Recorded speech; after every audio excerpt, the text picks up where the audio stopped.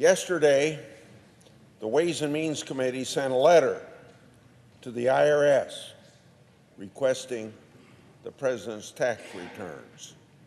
Last night, I had a chance to read that letter, and I have to say that if you take it at its face value, it doesn't make a whole lot of sense. Consider the reasons that are stated in that letter from the Ways and Means Committee for requesting the President's tax returns. It states that the committee is conducting oversight of the audit process that the IRS uses to evaluate presidential tax returns. Currently, the IRS examines the President's tax returns as a matter of policy, simple policy, but a review isn't required by law. Democrats of the Ways and Means Committee have said they're now looking into whether the current IRS policies of auditing the president is enough or if congressional action may be needed.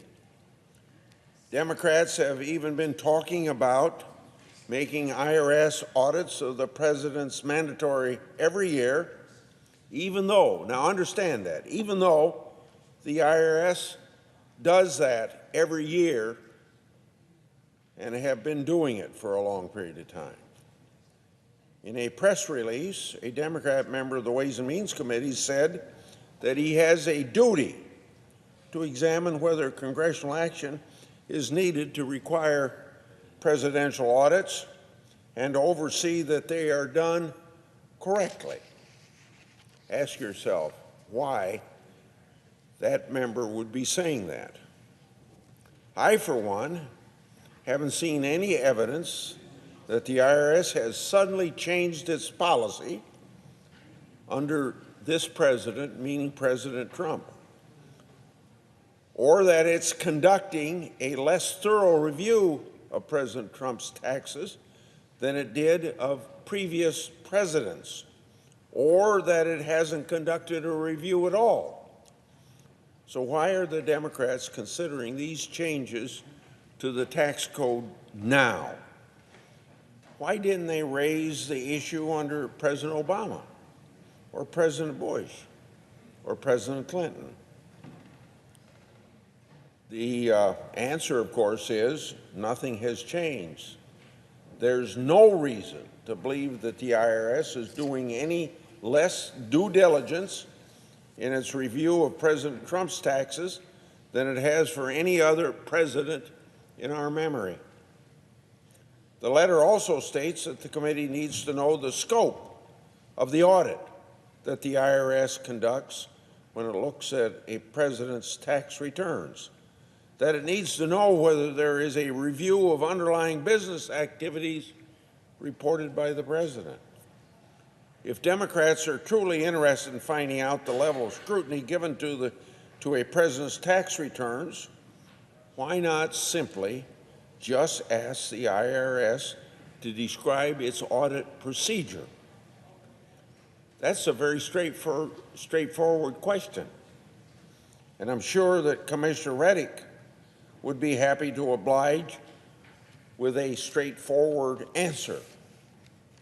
Why is there a need to see President Trump's tax returns in order to get an answer to those questions?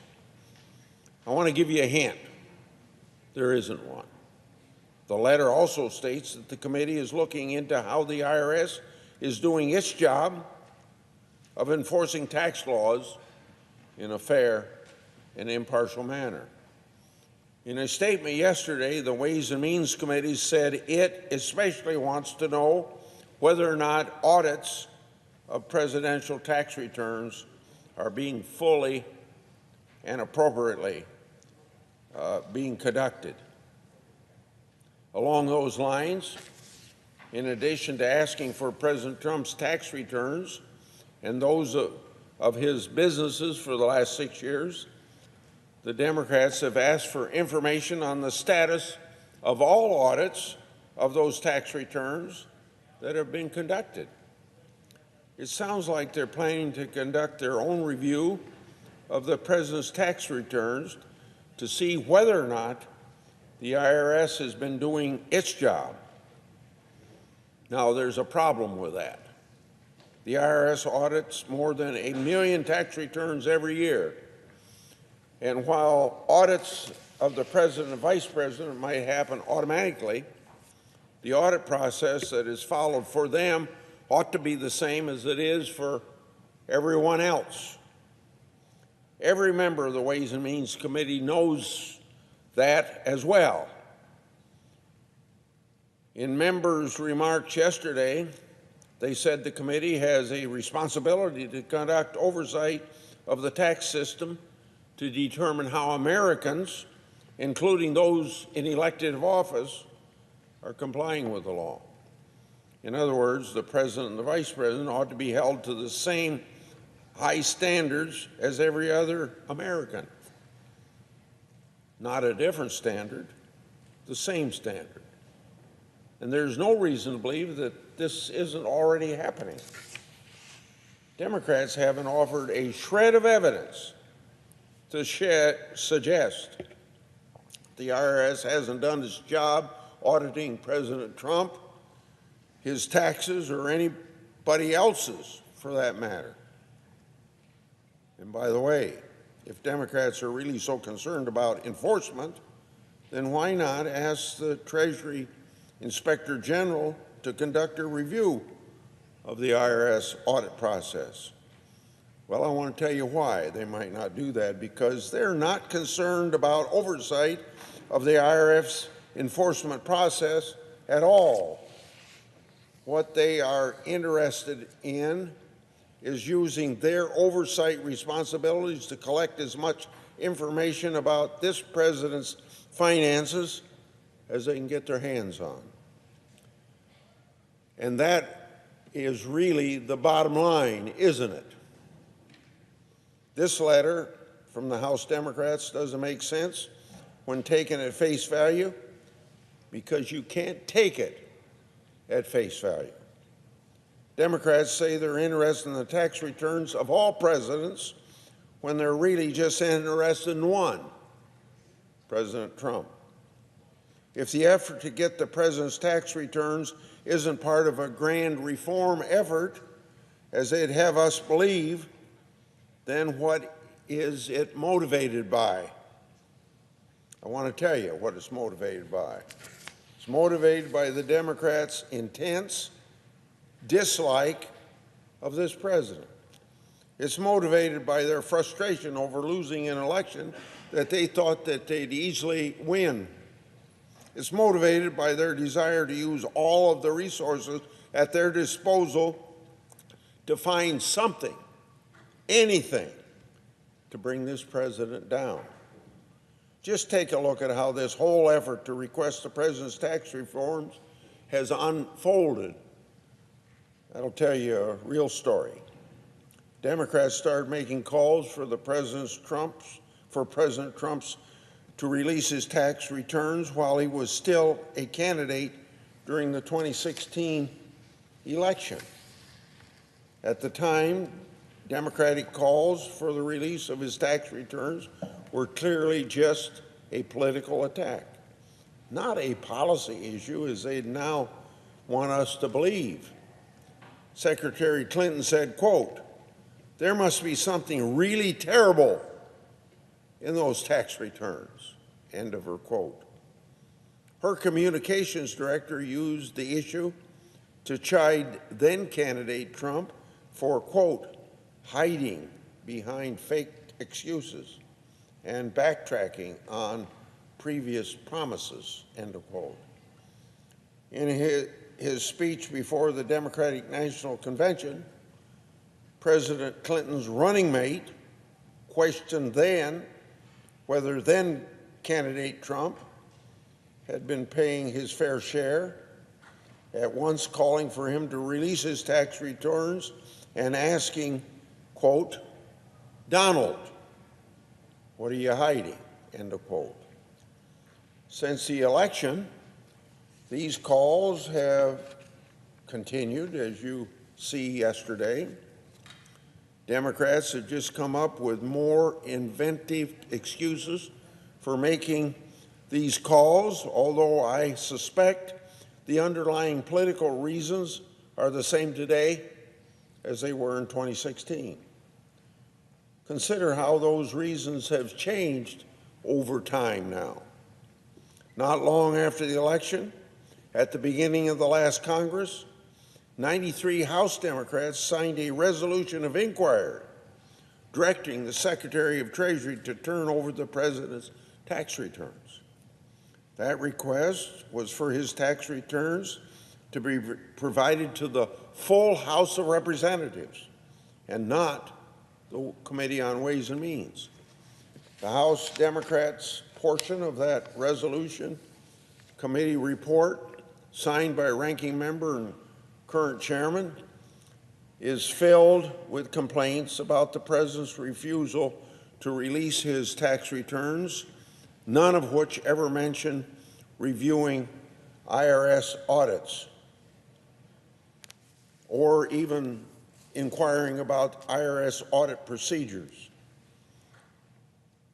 In that report, Democrats say that the President has, quote, rebuked over 40 years of tradition, end of quote, by refusing to release his tax returns. They say that the President's tax returns should be released because he has a vast domestic and international business empire. They say they should be released because he is, quote, not an average American. They say they should be released because he is President of the United States and has the power to sign bills into law. And that is supposed to serve as some kind of justification for demanding and releasing his tax returns? Well, I can tell you, the law does not support that argument. Under Section 6103 of the Federal Tax Code, the tax returns of all Americans, even including the President of the United States, are considered to be private information. And without an individual's permission, tax information can't be released except under the most limited of circumstances. And let's not forget that our tax code reads that way for a very good reason. When Congress reformed the modern IRS privacy law, that was in 1976, not long after President Nixon left office. Nixon had used his power over the IRS to target his political enemies. And Congress, by passing that law in 1976, wanted to make sure that that never happened again. Congress was determined to put protections in place that would prevent any kind of abuse of that IRS power in the future. Congress wanted to ensure private tax information was never used for political purposes ever again. But if you strip away all of the pretense and trace this current effort back to its roots, that sounds an awful like what's happening right now with the efforts by the members of the Ways and Means Committee. I stopped listing them, but Democrats have had plenty of other reasons in the past for claiming to need President Trump's tax returns. In 2017, Democrats also said the president's taxes should be released because he stood to benefit from the tax reform that Congress passed and the president then signed into law. Apparently, because the president is wealthy and successful, they figured he must have had a self-interest in supporting that reform. And a more recent effort to get the president's returns is contained in a bill the Democrats recently sent to our Senate, known as H.R. 1. That bill contains a provision requiring that the candidates for president and vice president, as well as the sitting president and vice president, release their last 10 years of individual tax returns, assuming the proposal lives on. Even if the bill doesn't, I wonder if that's one of the items they were hoping to evaluate through their current oversight efforts. Maybe they want to see the president's tax returns in order to evaluate their proposal to see the president's tax returns. That sounds like a lot of circular logic to me. Democrats may also have also made a big deal out of the fact that under Section 6103, the Secretary of Treasury shall turn over relevant tax records to the chairman of the Ways and Means Committee if he requests them. That's exactly right. As long as the committee has a legitimate legislative purpose in asking for them, as opposed to this perceived political reason that they want to do it. For decades, the courts have been clear that congressional requests for information like those tax returns or any other thing that we're trying to do must have a legitimate legislative purpose. But that's where the Democrats come up very, very short. See, they don't have a purpose. All they have are a lot of excuses. And let me tell you something. Introducing legislation that would essentially require the president to release his tax returns and then using that to somehow justify requesting the president's tax returns is one of the worst excuses that I've ever heard of. You'd think that considering the amount of time and practice that they've had trying to rationalize all of this and make it sound so very good, they'd be able to come up with something a little bit better than that. Apparently not. And that really speaks volumes, doesn't it? The fact is, the reasons the Democrats have offered for wanting President Trump's tax returns back in 2016 and 2017 don't pass muster any better than the ones that they're trying to peddle right now. That's because they're not requesting the tax returns in order to investigate a problem in the need of oversight at all, and all they really care about is finding a pretext to bring this president down. You know, as a member of the Congress who knows firsthand the importance of good oversight, that's what concerns me the most about this whole campaign that's going on in the other body. I happen to know a thing or two about oversight. Over my career, I've conducted oversight of the last 7 presidential administrations, Democrat and Republican. I've called out both parties for doing things that they shouldn't be doing. In that spirit, I've always said that every single member of Congress is duty-bound to conduct oversight of the federal government.